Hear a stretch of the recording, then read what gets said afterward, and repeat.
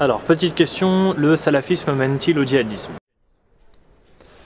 Alors déjà, en guise d'introduction sur cette question, pour clarifier ma position, dans ma compréhension de l'islam, dans celle dont je fais la promotion à travers mes écrits, mes conférences, je suis l'antithèse de ce qu'on appelle le salafisme, et pour moi le salafisme c'est un terme ambigu, donc je parlerai de littéralisme rigoriste.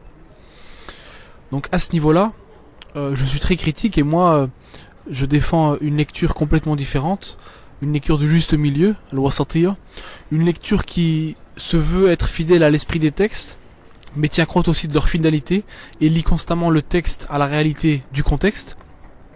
Et je considère que sur un certain nombre d'éléments, la compréhension de certains principes et de certains textes doit évoluer en fonction de l'évolution du temps et du lieu.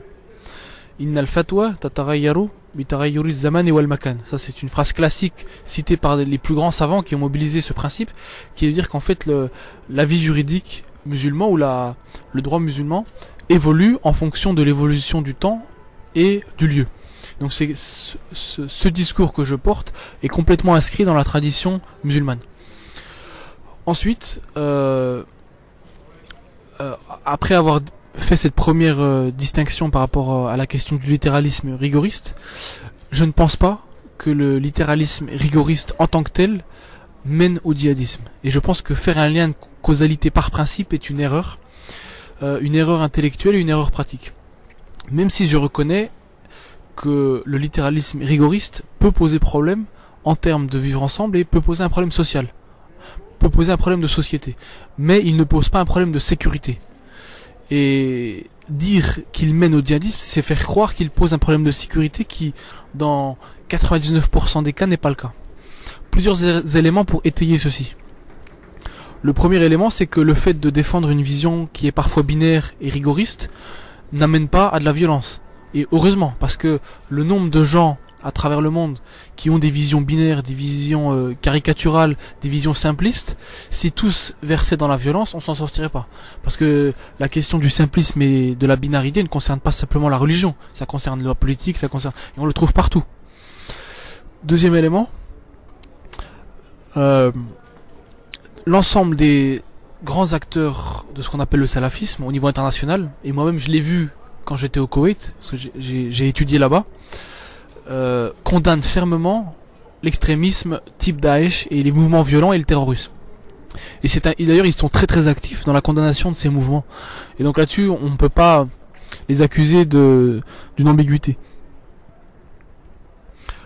Autre élément, c'est que je trouve que le wahhabisme ou le salafisme a bon dos et qu'on essaye parfois de leur mettre tout sur le dos pour nous exonérer d'une analyse beaucoup plus complexe, subtile et proche de la réalité. Et je vais vous citer un exemple. Par exemple, on a un discours qui nous dit, voilà, en fait le problème c'est le wahhabisme et le salafisme, et il faut revenir à l'islam des 4 écoles et à l'islam traditionnel et à l'islam des grandes institutions. Or, j'ai un contre-exemple, c'est le cas des talibans en Afghanistan. On est dans le cadre d'un mouvement extrémiste, d'un mouvement violent, d'un mouvement sectaire, dont on connaît les œuvres, qui pourtant n'a rien de salafiste, qui était un mouvement littéraliste rigoriste, mais dans l'ordre d'un traditionnalisme du madhab, car ils étaient hanafites de tendance déobandi, qui est une école de pensée reconnue au niveau du hanafisme indien, et qui était un mouvement qui était sur le plan de la aqida, qui était maturidi, soit l'antithèse des salafistes, c'est-à-dire que les salafistes considèrent les maturidis comme des égarés. Et à ce niveau-là, ça n'a pas empêché les talibans, en mobilisant des textes hanafites du Moyen-Âge et en faisant une lecture littéraliste et décontextualisée, de légitimer certaines pratiques qui vont de l'assassinat jusqu'à la destruction de la statue de Bouddha en Afghanistan qui avait été très médiatisée. Et donc ça, à un moment donné, est-ce qu'on va accuser l'école hanafite d'être responsable du terrorisme, ou est-ce qu'on va dire être hanafite, n'est-ce pas la porte d'entrée pour le djihadisme? Donc c'est une question beaucoup plus complexe. Dernier élément, quand on analyse le profil des djihadistes, alors il n'y a pas un profil type, il y a une diversité de profils, mais globalement dans la majorité des profils on a affaire à des gens qui n'avaient pas de religiosité, qui n'avaient pas de socialisation religieuse. On est vraiment dans le cas de personnes qui au contraire étaient en rupture avec la pratique religieuse, qui étaient plutôt dans l'excès inverse, et qui à un moment donné ont simplement cherché le sensationnel à travers le djihadisme. C'est-à-dire qu'ils passent directement à la case terrorisme sans passer par la case même de la religiosité musulmane. Et à ce niveau-là, il y a très peu de profils qui, avant de devenir djihadistes, étaient d'abord salafistes. Il y a quelques cas, je ne le nie pas, dans certains cas ça a pu être le cas, mais on ne peut pas prendre des cas qui ont pu exister pour jeter l'anathème sur tous. Et je pense que cet amalgame est dangereux parce que ça amènera des injustices face à des gens qui sont ce qu'on appelle, les sociologues appellent des salafistes quiétistes.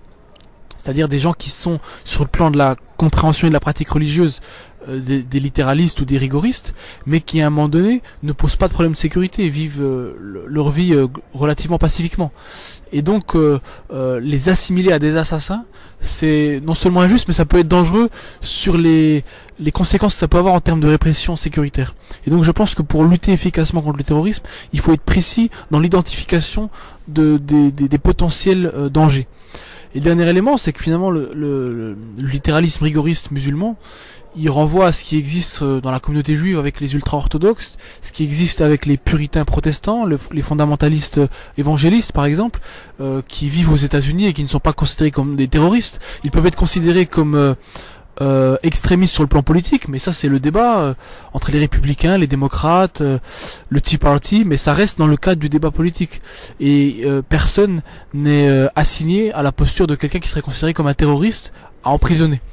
Ou même comme les Amish aux États-Unis, qui sont rigoristes sur le plan religieux, qui sont dans un repli communautaire, mais qui ne posent aucun problème à la sécurité des États-Unis. Au contraire, les touristes aiment bien aller visiter leur village du fait de leur originalité.